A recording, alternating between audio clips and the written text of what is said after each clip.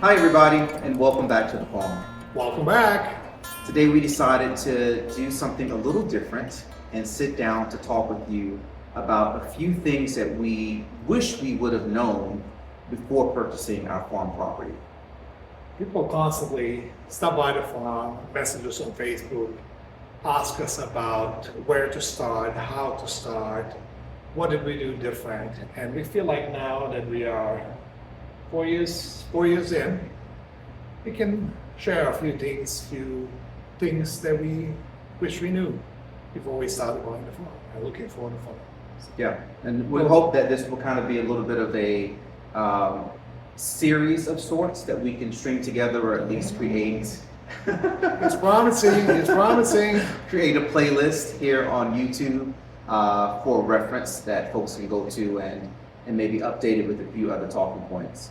So right now we have a list of I about. want to say a little bit about us, so people. Sure. Let's do that. Dragon is going to do a little intro first. Go right ahead, Dragon. The floor is Tell them yours. about us. What does this mean? What is this? That's the common question too. Early on, we would get questions like, "Well, what's your name? Where'd you get that name from? How is that going to be your farm name?" Of course, it is. You know, we are Gardening Gays. That's who we are. This name came about long before purchasing a farm was ever something that we envisioned. When we lived in our townhome in Upper Marlboro, Maryland, we had converted our backyard into a garden where we were growing enough produce to eat whatever we wanted and to give away to our friends and neighbors. We had also started growing some plants that we would sell in the neighborhood as well. And I would say probably in, 2018-ish, around then maybe, as we would post pictures on Facebook, I would just put hashtag gardeninggays, not thinking anything of it. This was, of course, back in the hashtag era. And it just became a regular thing for us as we started posting photos and then doing videos and then starting to create a YouTube channel. And so there was never a question in our mind about what our farm would be. The only thing that we did was add the word farm to our already established name, Gardening Gays. Yeah. So yeah, we are in King George, Virginia. For those of you that are not familiar, King George is on the northeast side of the Virginia. We are about a halfway point between Washington D.C. and Richmond, Virginia. We are located on a major highway, state road, I guess. 301. We have great access to Or US, right? US route 301. We're between two rivers, Rappahannock River on our south and the Potomac River on our north. Rappahannock is about 2 miles away, and Potomac River is about 15 miles away. So we are on 27 acres, and we so far been, like I mentioned earlier, we've been here about 4 years. It's our fifth season now in 2026 starting off. So It's 2026 already? oh yeah, believe it or not. So yeah, these are gonna be the 13 things that we wish we knew before we bought a farm, right? Yeah. Before we bought a farm. So here they are. Number one. Location. You hear it all the time. But in thinking about location, there are other things that you should consider, not just what state you want to live in, the access to your farm, and also things like your zoning for your property, depending on what it is that you want to do. Yeah, positioning is very, so first three things that they go side by side. I mean, all 13 things go side by side, but first three things, when it comes to the property, they're quite important. Starting with, like Kevin said, location. You have to decide what state you're looking to live in.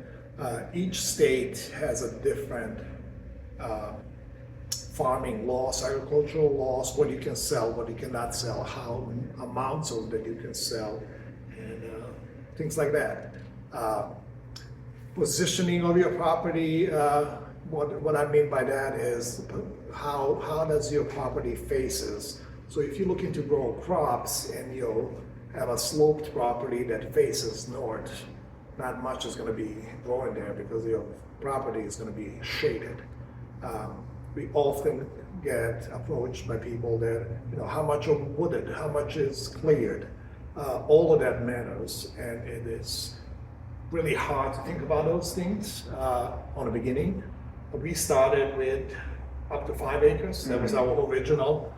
And we quickly realized by walking the 5 to 7 acre properties that none of them are going to be perfect. None of them don't have enough clear land or shaded land or whatever it is. It was not enough for what we wanted to do. So. Yeah, and on that aspect too, just kind of looking at lands that you are considering and picturing where certain things are. And we did that on a few properties. We started thinking, well, maybe 10 acres, maybe 12 acres, maybe 13 acres. But even at that scale, by the time we thought about garden, we thought about animals, there was no room to grow. So you also don't want to be in a position where you're going to limit yourself. But again, that also depends on your vision for your property and how much homesteading you plan on doing, whether it's just for you and your immediate family, how much do you need for that, how much off the grid do you plan on going when it comes to being more self-sustaining with the foods that you are producing yourself. All those things are a matter of consideration when you start thinking about your land, and the ability to not run down a particular portion of your land also too, so that you are a good steward of the property that you have and it continues to pay you dividends and offer you and your family what you need for years to come. And those are the number one. So, Yep. number two. Zoning also too. Zoning. Yeah, we didn't talk about it. Zoning kind of goes with location. Zoning, that's our gate chime. Zoning kind of goes with location. You kind of make sure if you're looking to do any agricultural work, if you're looking to keep animals, does the zone of the property that you are looking to allow things that you're looking to do for that? So that's a big one, definitely. You don't want to buy 10 acres, but they have a limit on, you can only have a dozen chickens, and you're looking to have an egg production. So that's a huge one. And we met people like that. So Yeah. Next one kind of segues into the first one. So it comes to a business plan. You have to figure it out early on, not to every single detail extent, but a general idea of what do you want to do with your farm. That will also play with the location. For us was always easy access to us because the store was always in our plans for the farm. We always wanted to sell from the farm and have people come to the farm. So being accessible for our farm was really, really important to us. So if you just want to do homestead and you want to be off-grid and you want to be somewhere off the beaten path, absolutely go for it. But make sure you have that pre-planned before you buy that property. If you're looking to, sell eggs, how close is your farmer's market? If you're going to do farmers, you don't want to do on-farm sales. You want to do farmers market sales. How close is your farmers market that you have to drive? If your farmers market is 3 hours away, that's 6 hours every time you have to go each way. So you have to consider all of those things prior to getting the property. Yeah. Anything on business plan? Business plan is a living document. It's not something that you write and it's done and it's complete. We've been working on updating ours, and I think no matter what business you're in, you hear a lot that you will go a lot further if you write down your goals, and it's a way to hold yourself accountable. It's really a contract between you and yourself on what it is that you want to do. I think you can go a lot further when you write those things down because you have a clear vision And if things start to creep up in your mind or come your way, you have this document that you can see, well, how does this other thing align with my long-term vision and goals? I think a vision plan really also too is a great gut check on what it is that you are trying to accomplish. What is your mission? What is your vision? And having that written down helps you then know what you should grab a hold of as it comes your way, or what you should simply say no to. Perfectly said. And I think that's it for that. Well, actually, also to a succession plan, which is something that we are yet to fully lean into. That's something that we know we ourselves have to work on. When we came to King George and we got all of our ducks in a row and got our business plan, and we went to our local agricultural extension and presented it, we were so happy and so proud because we're starting a new thing. yeah, the person in the office that we were dealing with at the time said, well, where's your business plan? We said, oh, well, we'll get it for you. And so we got it together and we went and we thought, okay, job done. And then she said, okay, where's your succession plan? And it's like, our what? We're barely starting out, and to think about what happens, if you're no longer here is a hard thing to wrap your brain around. But it's all a part of the total package. And to her credit, she was explaining to us that the clients she primarily dealt with are families who have lost the primary farm taker or caretaker of the farm, and are in a position where a lot of times kids don't want to take over the property, and you have a surviving spouse who doesn't really know what to do or it's too much work for them. So having that succession plan in place really helps to ease all of that stress at a time when life is already kind of bearing down on you pretty heavy. Those plans for us for the first couple of years. Now we outgrown that part, but for the first couple of years, everything that we had and did on the farm was doable by one person on a daily chores, not planting stuff, but after planting season is done, your regular day-to-day based chores and feeding the animals, collecting the eggs, packaging, and all that. One person could have done it for a week and it wouldn't be overwhelming. Nowadays, that's slightly different. Yeah, a little different story. Yeah. All right, number 4. Is it number 4? Yes, Yeah. number 4. Yeah. Grants, local resources. We kind of talked a little bit about your local farm extension office that we just were talking about. Finding out where your local agent is. They are a wealth of knowledge to put you in touch with other departments, with the USDA, where you can then find out more information about things like grants. Everybody talks about grants. Everybody thinks that grants are out there, and there's so much money, especially for people who are into farming and homesteading.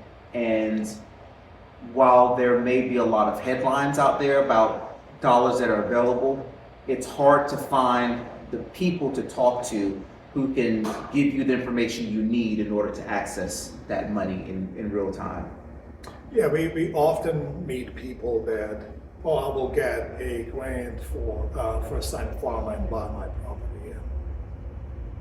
That's, to me, at least through our experience, that's a huge red flag, because you are counting on the money that you don't have. And that's just, to me, that's a no. Because have we taken advantage of any grants? Yes, we have. And that's, last year we got 2. Technically, yeah, it was both last year. We got 2 grants. We were granted a grant through our county through economic development, since we were setting up a store, so that was great for the county. It would benefit the county. And then through a NRCS high tunnel initiative, we just built our first high tunnel greenhouse. So that was, but for the first 3 years, basically, no, that was all out of our pocket, and it was people that we talked to, people that we tried to get help with. It was not easy, and like Kevin said, just getting in contact with the right people. Now we finally, 4 years in, we kind of, even still we struggle to reach, we're looking into some larger projects on the farm, and we're looking to see if there's any additional help, because those are some substantial investments that we're looking to make. And it's getting just as difficult to make contacts, Yeah. find help. But our mindset also too has always been, we have these things on our vision board. They're going to happen. The grant money aspect of it just determines how fast it happens. If we still have to do what we've always done, which is reinvest every dollar back into the farm and finance everything ourselves, the timeline just becomes extended. But when we're able to tap into whatever grant funding we have, that helps us to get those projects up and moving a lot faster. Very true. We are not familiar, so I know a lot of folks that are looking for farms that are veterans. We are not familiar. Neither one of us has been in the military, so neither one of us is familiar. I'm sure there are some great veteran-based grants and assistance out there, but we are not familiar with those, so we can't really speak on that aspect. Yeah, I would say, as part of your research starting out, look into what grants are available, look into what grants might be able to help you buy a farm property, because those do exist and things. Those are things that we didn't know or think to consider, because our mind was so wrapped up around other things that we were doing research on. This can be a very exhaustive list of things to consider, but videos like this and places like YouTube are wonderful resources when you are really trying to get multiple experiences to help formulate what it is that you are ultimately trying to do. Absolutely. So, all right, let's move on. We're gonna move on to number 5.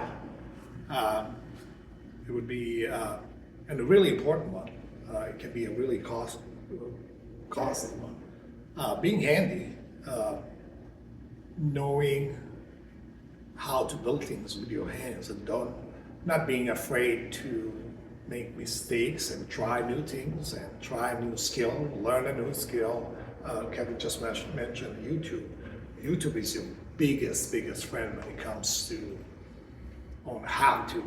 I mean, nowadays you can literally how to build whatever, and there will be a dozen videos of people that have done it.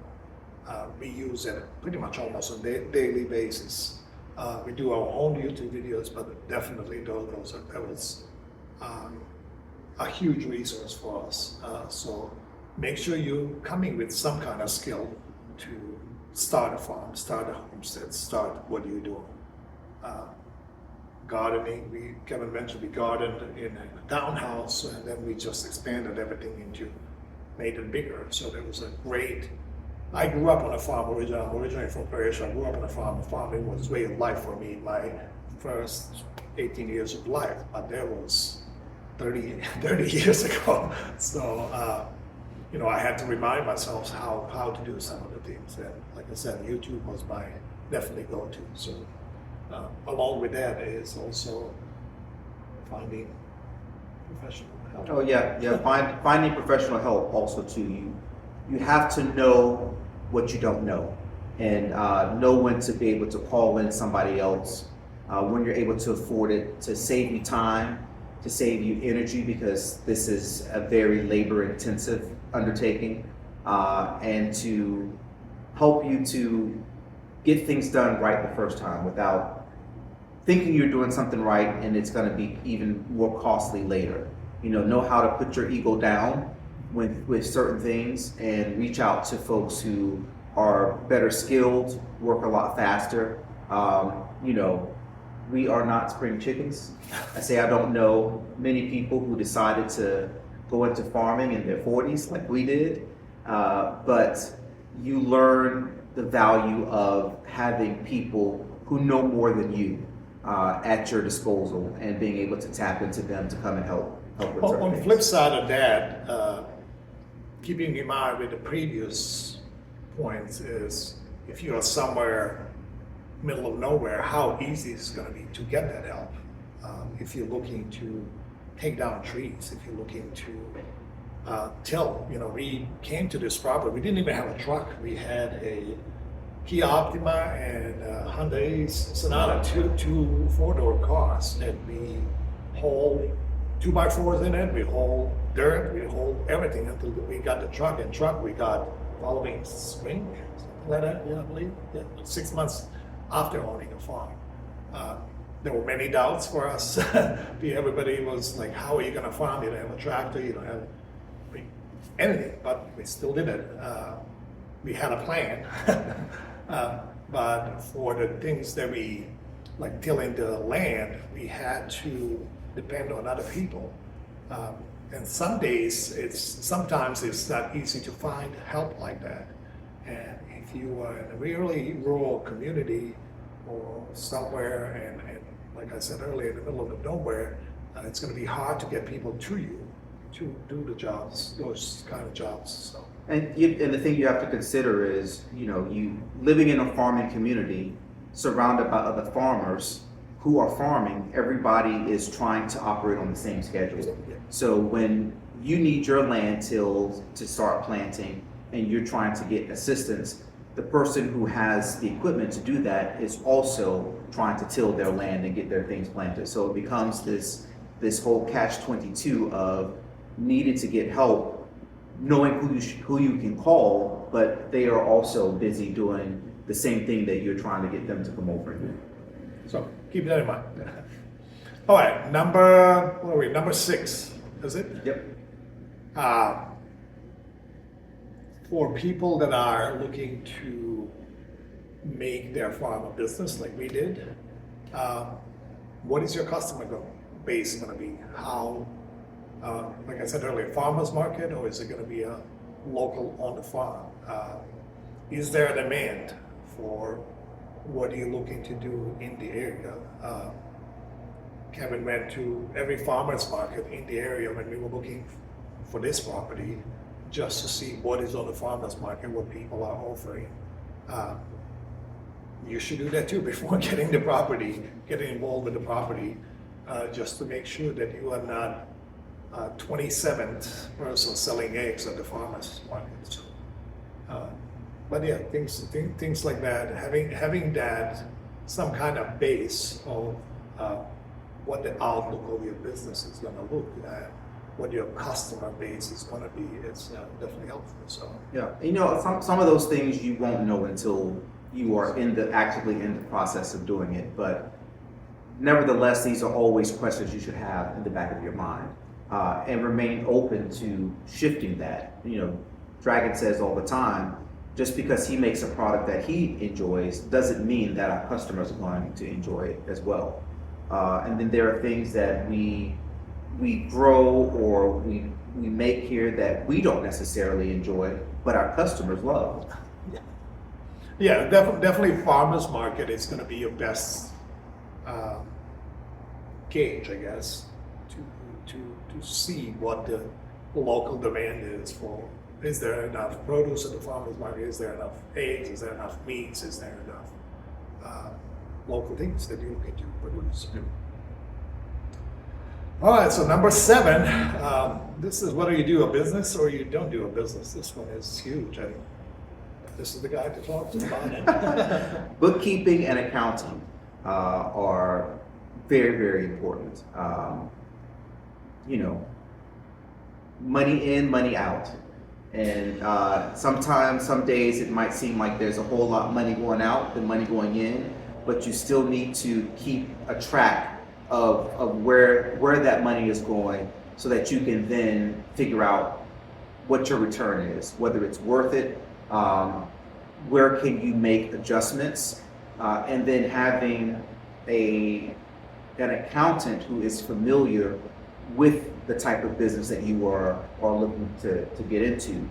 Or if there isn't an accountant per se in your area who's used to dealing with farms and farmers, then somebody who's willing to learn. Or if you're willing to learn. Yeah. This is a huge, you have to keep your, whether you're doing it, like I said, whether you're doing it for business or you're doing it, it's good to have that practice coming into this to take care of your finances, taxes, and all of that. Because once you start farming and it becomes a business, you kind of all your personal stuff has to be completely separated from your business.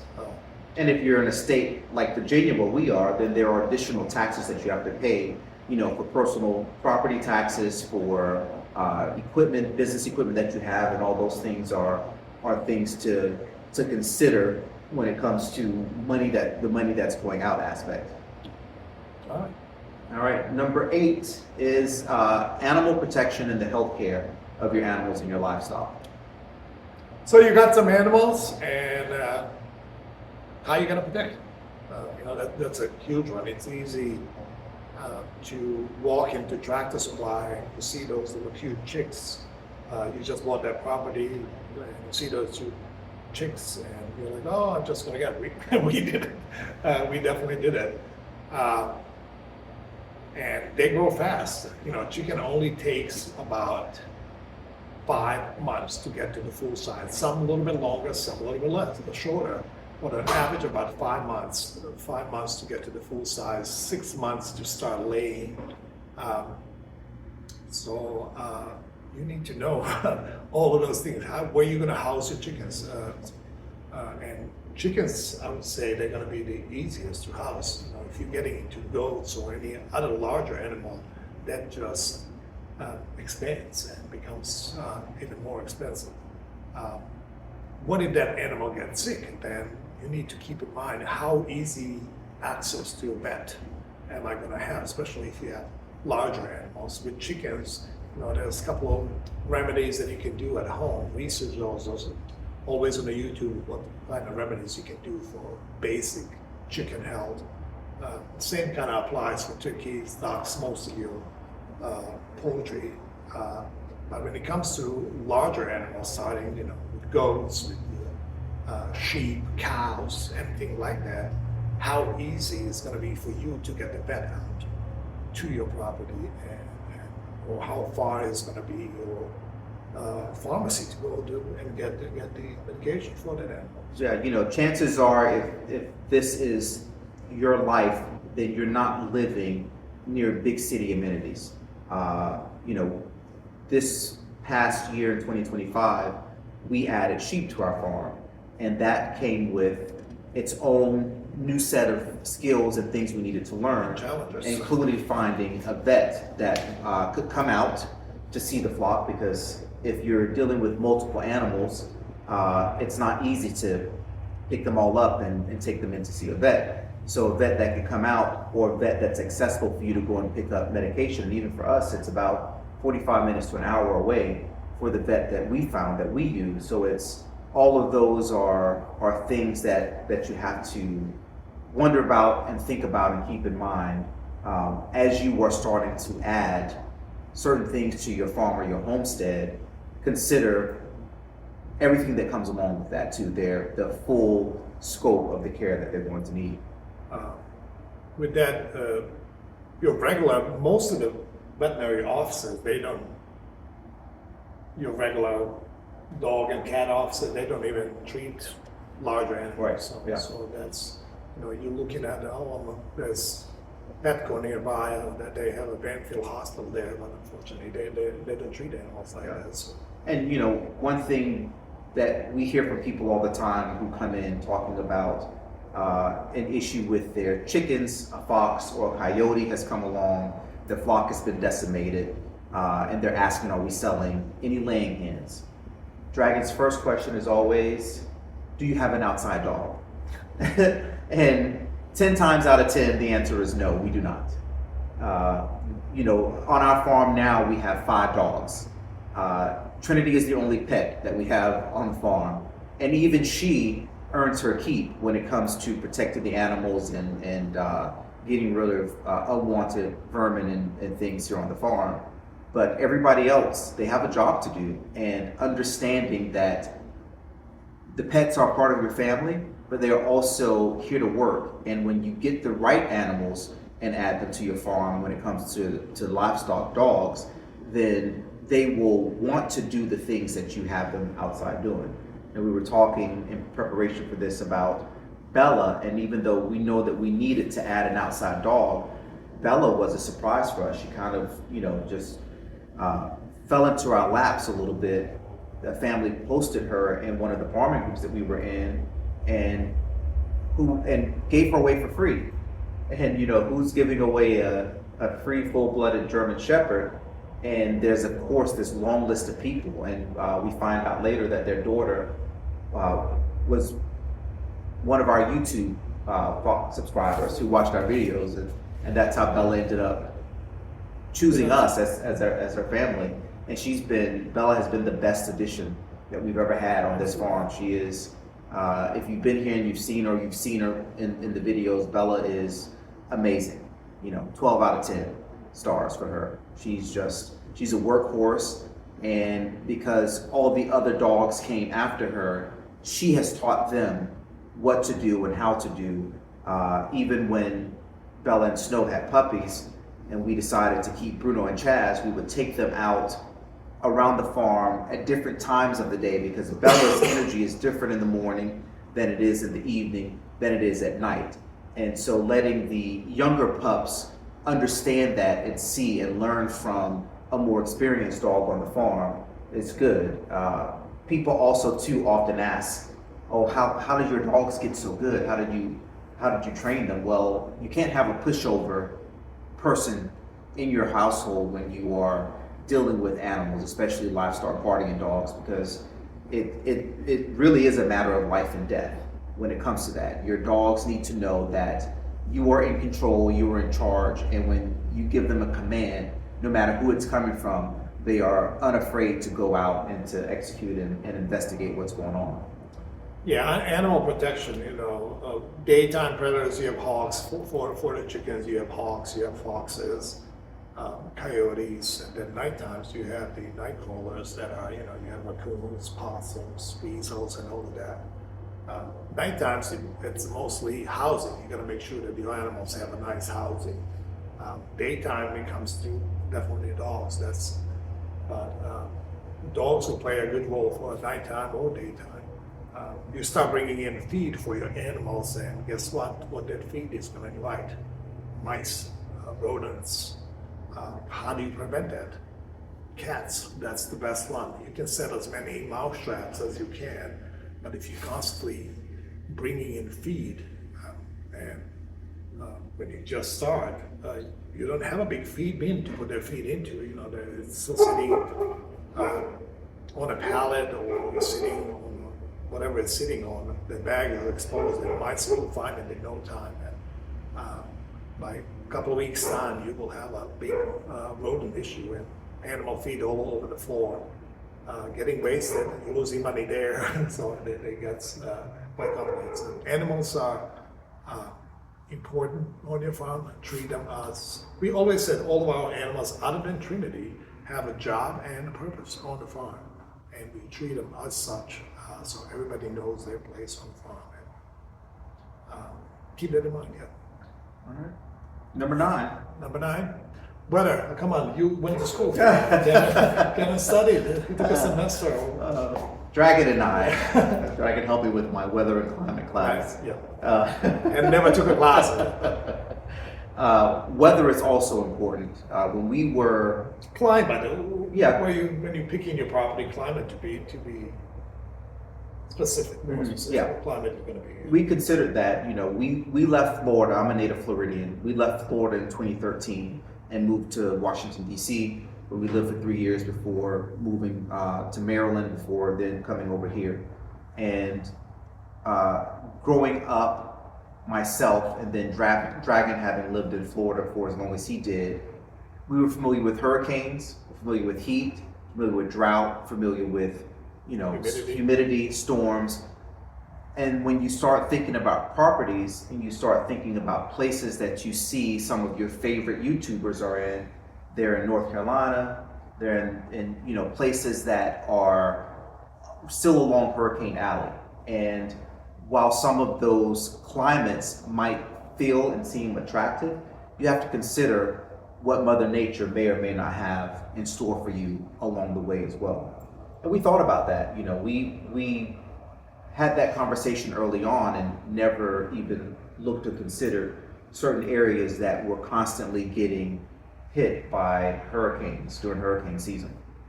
Yeah, we considered North Carolina, but we never even went down. This is the furthest south that we went as far as properties.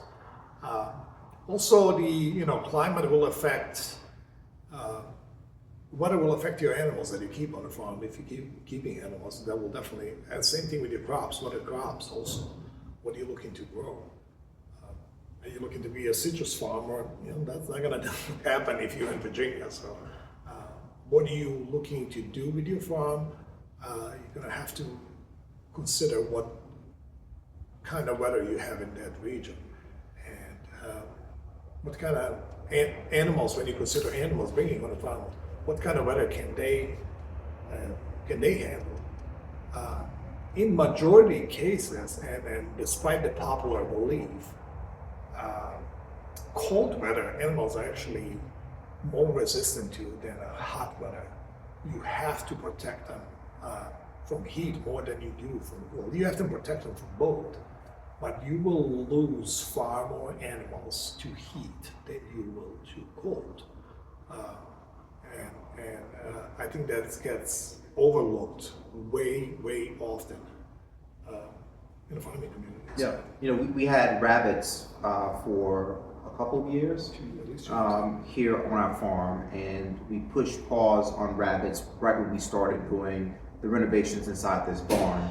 And I'm glad we did, because that particular summer here in Virginia was the hottest one that we had experienced. And the summer before, we had our rabbits out, of course, on pasture, and we were literally moving pop-up tents around their hutches just to provide additional shade for them. So those are all things that you don't think you're going to end up doing, but you have to do. I think that's not to say that extreme climate locations are bad for farming. Like Dragon said, it depends on what you want to do.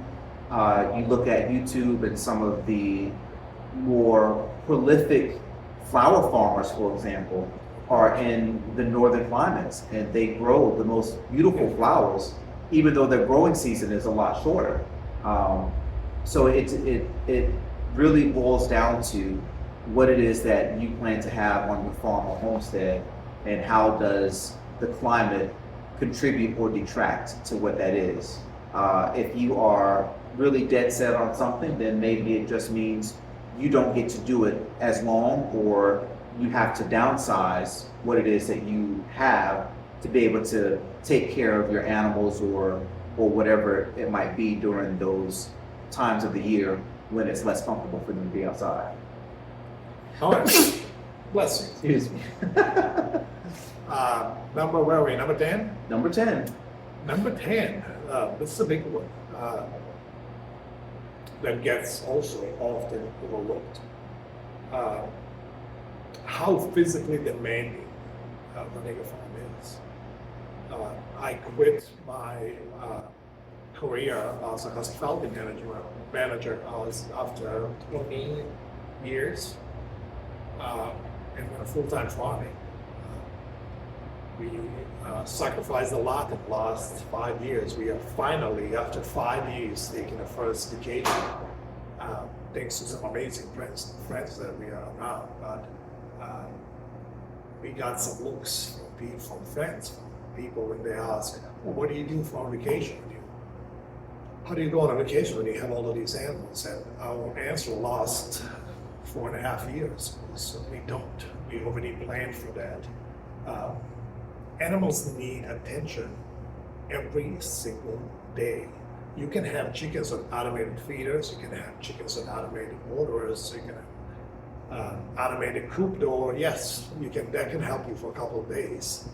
But on a small scale, if you're doing small scale, if you're doing 300 chickens like we're looking to actually grow our layer flock.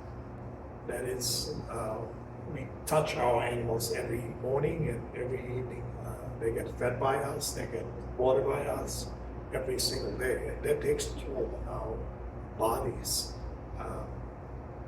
daily. You know, we still don't have a, is it an ATV?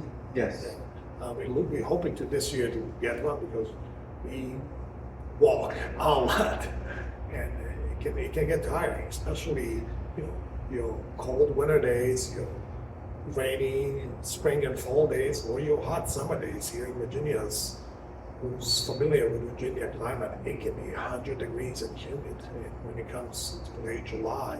It is not pleasant. It is 100 degrees till 6-7 o'clock in the evening, and then drops to 95 after that. So that can be tiring. And those are some big things to consider. Can your body handle the demand of the farms? Yeah, you know, a lot of times with our videos, people, oh, it looks like a wonderland. I would love living there. You know, people romanticize the idea of living on a farm, but they don't think about things like your hands stinking like poop all morning because you just collected duck eggs, and ducks are not the cleanest layers of their eggs. So you walk around for the first couple of hours of the day doing this, wondering why haven't you gotten the poopy smell off of your fingers yet? You know, your clothes are always have something on them. You know, like Dragon mentioned, just the constant walking, and whether it's raining, whether it's snowing, no matter what, you have to go out and take care of the animals. People do ask or say, well, why don't you just put them on an automated door or whatever, but that's not who we are as farmers. We are hands-on farmers, and that's not to say that that's bad for some people. For a lot of people that could work for you, but that's not how we operate, and that's never been a consideration for us.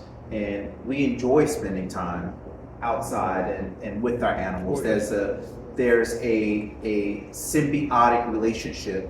They trust us. They look forward to seeing us just as much as we look forward to seeing them.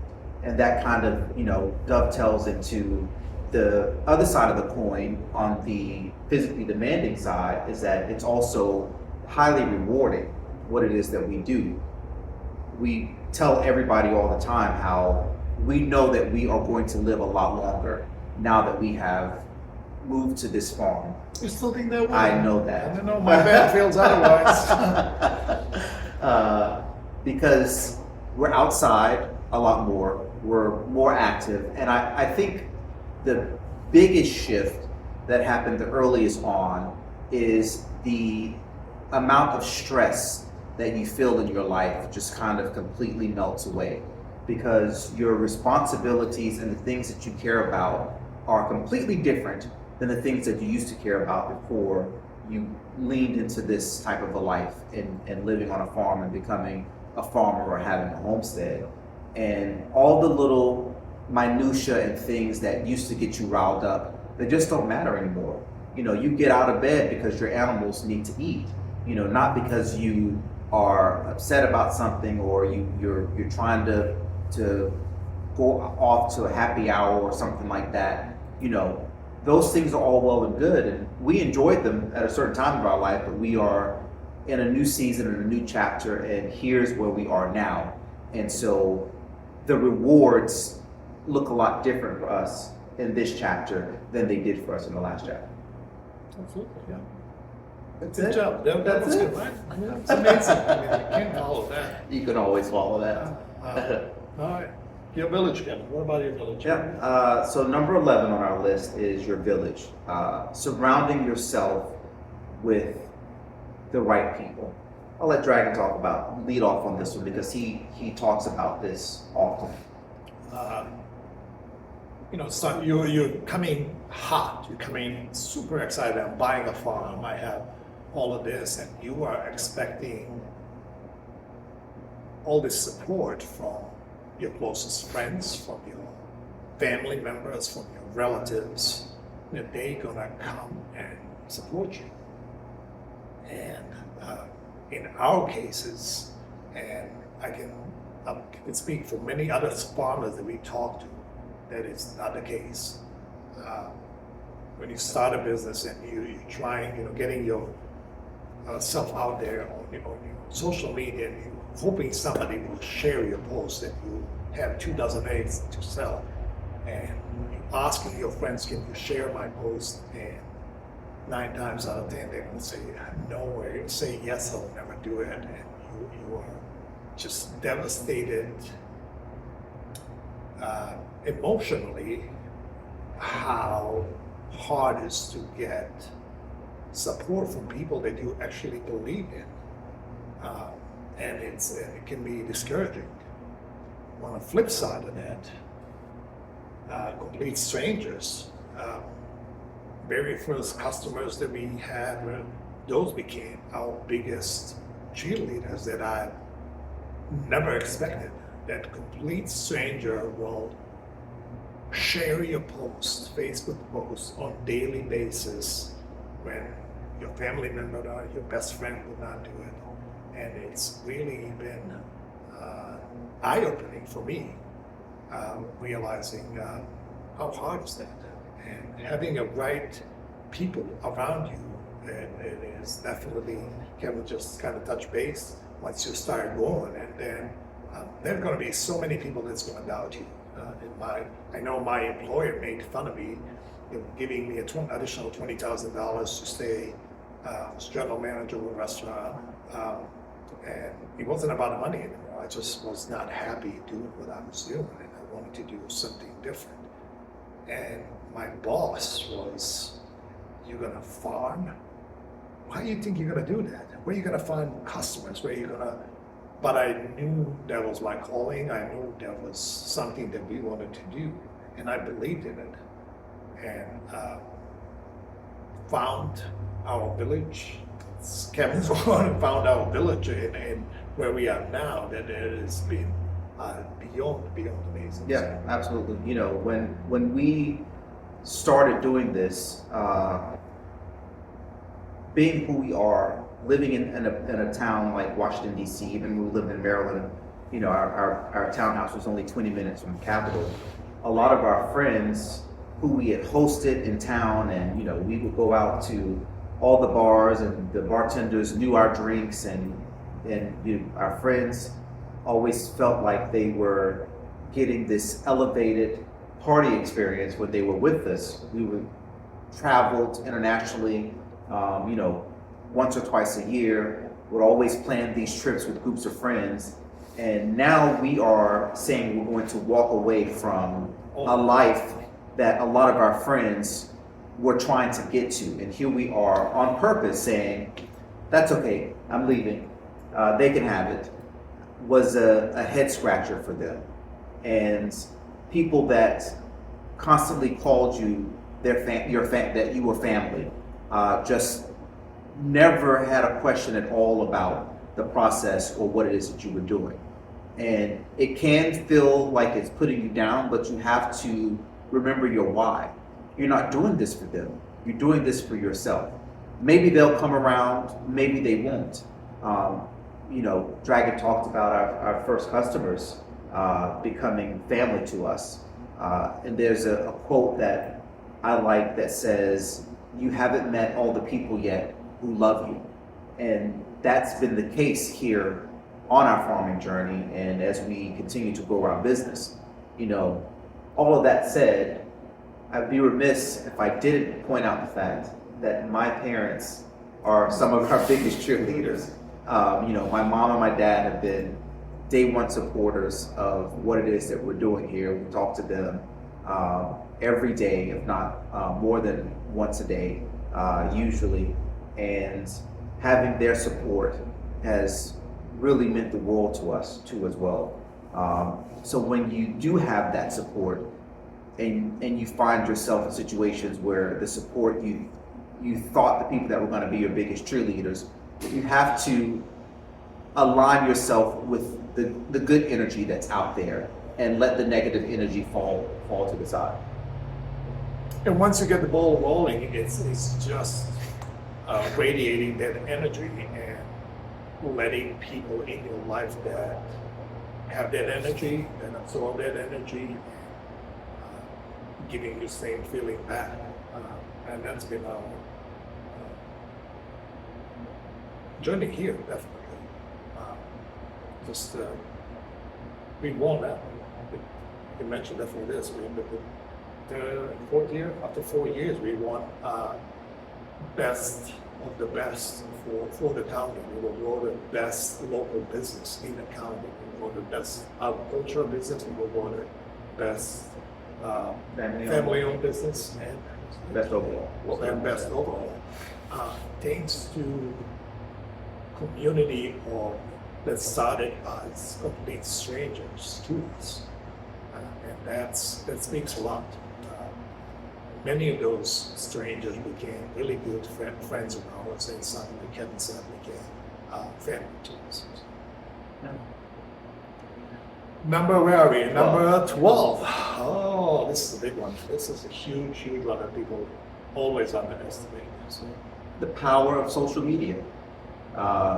I think everybody struggles in the beginning with seeing themselves in a recorded format, listening to their voice, but you have to do it. You have to get over it. Get over yourselves already.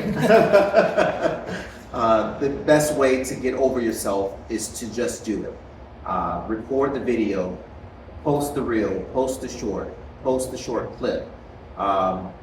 Whatever you have to do it and do it often, do it over and over again, because that's how you begin to get comfortable with it. Also, don't be afraid of being vulnerable. It doesn't have to be perfect. It's going to take you a while to find your voice. It took us a while to find our voice because as human beings, we naturally want to emulate the things and the people that we admire. And we were like that in the beginning. You know, there are YouTubers out there who who ate breakfast with us every single morning. And we thought, this is it. Like, these are the people we want to be like. And after a while, you realize that it's not you. It's not authentic. And when you find the format and the voice and the way that you tell your story, it becomes a whole lot easier. But you can't get there until you get through those things. You know, Dragon always tells everybody has to go through it. So either you start now and you go through it, or you start later and you go through it, but you're still gonna have to go through it.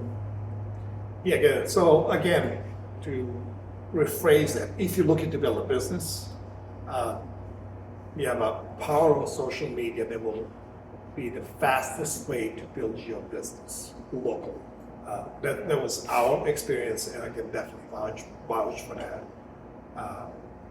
Like Kevin mentioned, that those beginning stages, like when you're praying for somebody to share, to like your post, doesn't matter when you start, you have to go through that. As painful as it is, you just have to get through it, and eventually you will get through it. And anybody that we partner up with nowadays is here in our store. We make sure that they have a Facebook page, because if I give you a shout out on the Facebook page, I want people to be able to look you up, who you are, and who are they buying your product from. We started with Instagram first, YouTube, then Facebook page, and TikTok came around, and I did not want to do another social media for it was just, you're looking at the kids lip syncing on ones that has nothing to do with farming. Nobody's gonna watch that.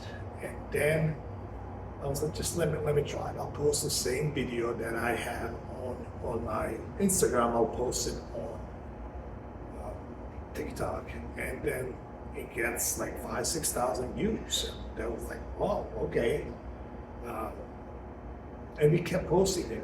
We are on TikTok. I wish I posted daily, but unfortunately, we're not at that capacity. But we try to have a weekly vlog. We post daily on Facebook for our business. On TikTok, we get about maybe post a week. We'll hopefully get better, but even with post a week, for New Year's, we just had 250,000 followers. So when you think that feeding chickens and collecting eggs nobody wants to see that because you're doing it every single day, and it's boring, it's repetitive, it's annoying. Some days when it's raining, when it's cold, and nobody wants to see that. I can tell you that our page proves that completely otherwise. Video, when we try to force the video to make an educational video, this is what we do, this is how to build this. Those videos didn't get much views, but I recorded Kevin one day collecting eggs. We did feeding, we talked about how we rinsed our water troughs, feeding, and then went around our coop and collected the eggs. And this is how many eggs we got. That was the video. That video has over 5 million views. My mind was completely changed at that point. That what I think it's important, what people want to see, those are the two different things. Just because I do it and live it every day, that doesn't mean that there's no people out there that they want to see it. And again, the social media thing, it will matter to you if you're looking to build a business out of your farm. If you're just looking to have off-grid property, live your life in a peace, no, definitely not going to be. Yeah. But I also think too, as you are building things, people always say, "Oh, I'll show you when I'm done, when it's ready, when it's presentable." People want to see the process. They want to see what goes into it. They want to know the hard work. They want to be able to cheer you along. When we moved inside of this barn, before it was renovated, it was the most disgusting, dingy little thing on the property. But it was cool. Shaded. We didn't have to keep buying tents that were being blown over in the Virginia winds and destroyed. And dragon farming, he didn't want people to come in embarrassing how it and see looked. this. It was definitely embarrassing. It was dark, dingy, dirty. It's just. But I kept saying, we knew what the plan was, and people would appreciate having experienced this space when it was that to what it is today. And I'm glad that we were able to give them that experience. You know, we look back at old videos and you see what this place looked like, and it's unimaginable. You know, there are people even still who come nowadays and they haven't been here since it was mid-construction, and they think that this place has transformed so much because they never got a chance to see it before construction even began.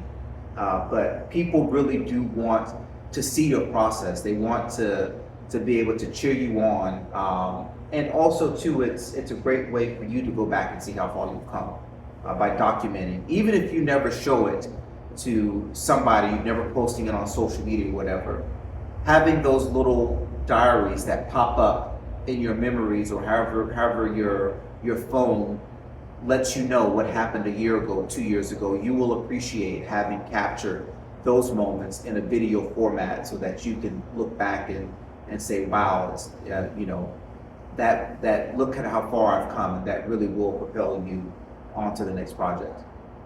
Yeah, definitely. So, like I said, approaching about 220 now. By now on TikTok, we have almost 50,000 on Facebook.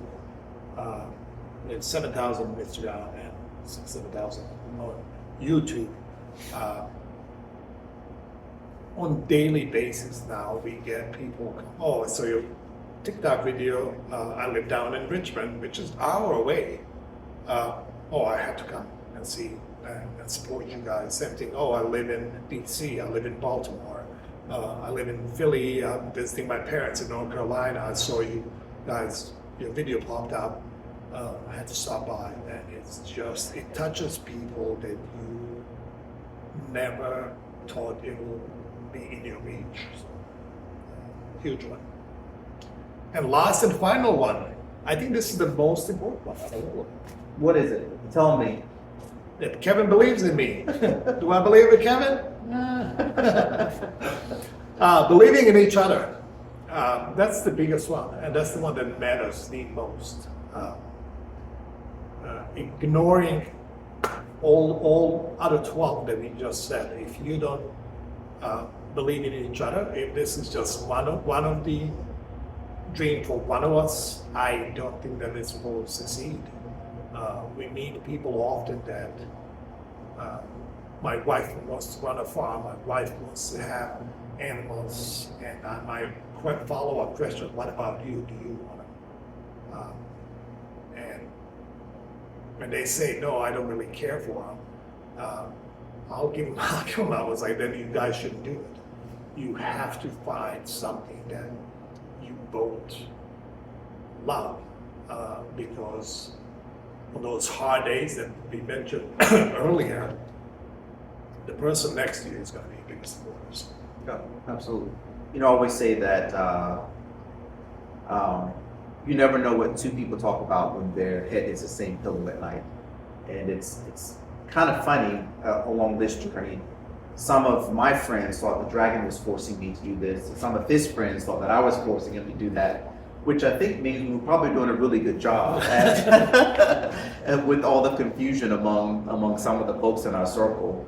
But being on that same page, and like Dragon mentioned earlier on in the conversation, at one point in time, it was our goal to make sure that if something happened to one of us, the other person was able to take care of everything on the farm by themselves. You know, we've grown at such a scale that we can't really do that anymore on a long-term basis. Long-term meaning more than 2 or 3 days because of everything that we have going on. But for a lot of folks starting out, that is a very realistic thing, and it's something that everybody should understand. Does that mean that everybody has to have firm skills and everything? Absolutely not. There are tons of things on the farm that Dragon does by himself, things that I do by myself, but for the most part, we meet in the middle on everything, and we can both step in where needed. There should never be an instance where it's a hard no for anybody who is living on the farm to be able to step in and to be able to do something. You know, if Dragon's out of town, chickens need to be butchered, guess what? Chickens get butchered. That also too is where your village comes into play, because you have people around you who you can call on when you need them, when the task is too big for you to do and the person by your side is unable to participate, then you can reach out and have those other folks come in. But believing in yourself also too. Yeah. Dragon didn't mention, you know, believing in each other, but you also too have to believe in yourself first and foremost. We live in the possibility of things. We are very positive people, highly motivated. If we say we're going to do something, don't blink or you'll miss it. And in the beginning, a lot of people probably doubted us. I think it's probably safe to say that we said we're going to do X, Y, Z, and they didn't think it was going to happen, and then it happens. And then it got to the point where they would believe that we were going to do it, and then it was done like that. And so now people know when we say we're going to do something, it's going to happen, and it might happen a lot sooner than you anticipate. But that questions are what's the next? That's right, yeah. But that comes also too from first of all believing that you can do it, and that staying away from all that negativity.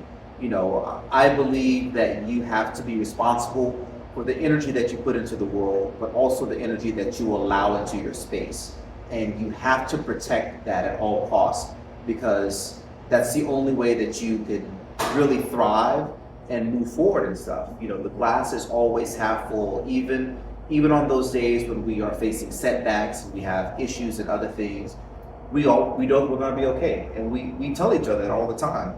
You know, sometimes that's all the other person needs to hear you say is we're going to be okay. And that's enough. Believe it or not, that's enough. And that's enough. That bell means time is up. So we're gonna finish up the video here. I have to wait for time. That's Cindy and Sam are coming in. Well, Dragon, you did an amazing job today. We're So gonna be okay. I want to let the record show that this video is my idea to do it. I would still like to do a reflection video of what we accomplished in the last 4 years in the farm. We just posted a video that we did 2 years ago about plans for the farm. And some of them came to fruition, and very few of them didn't.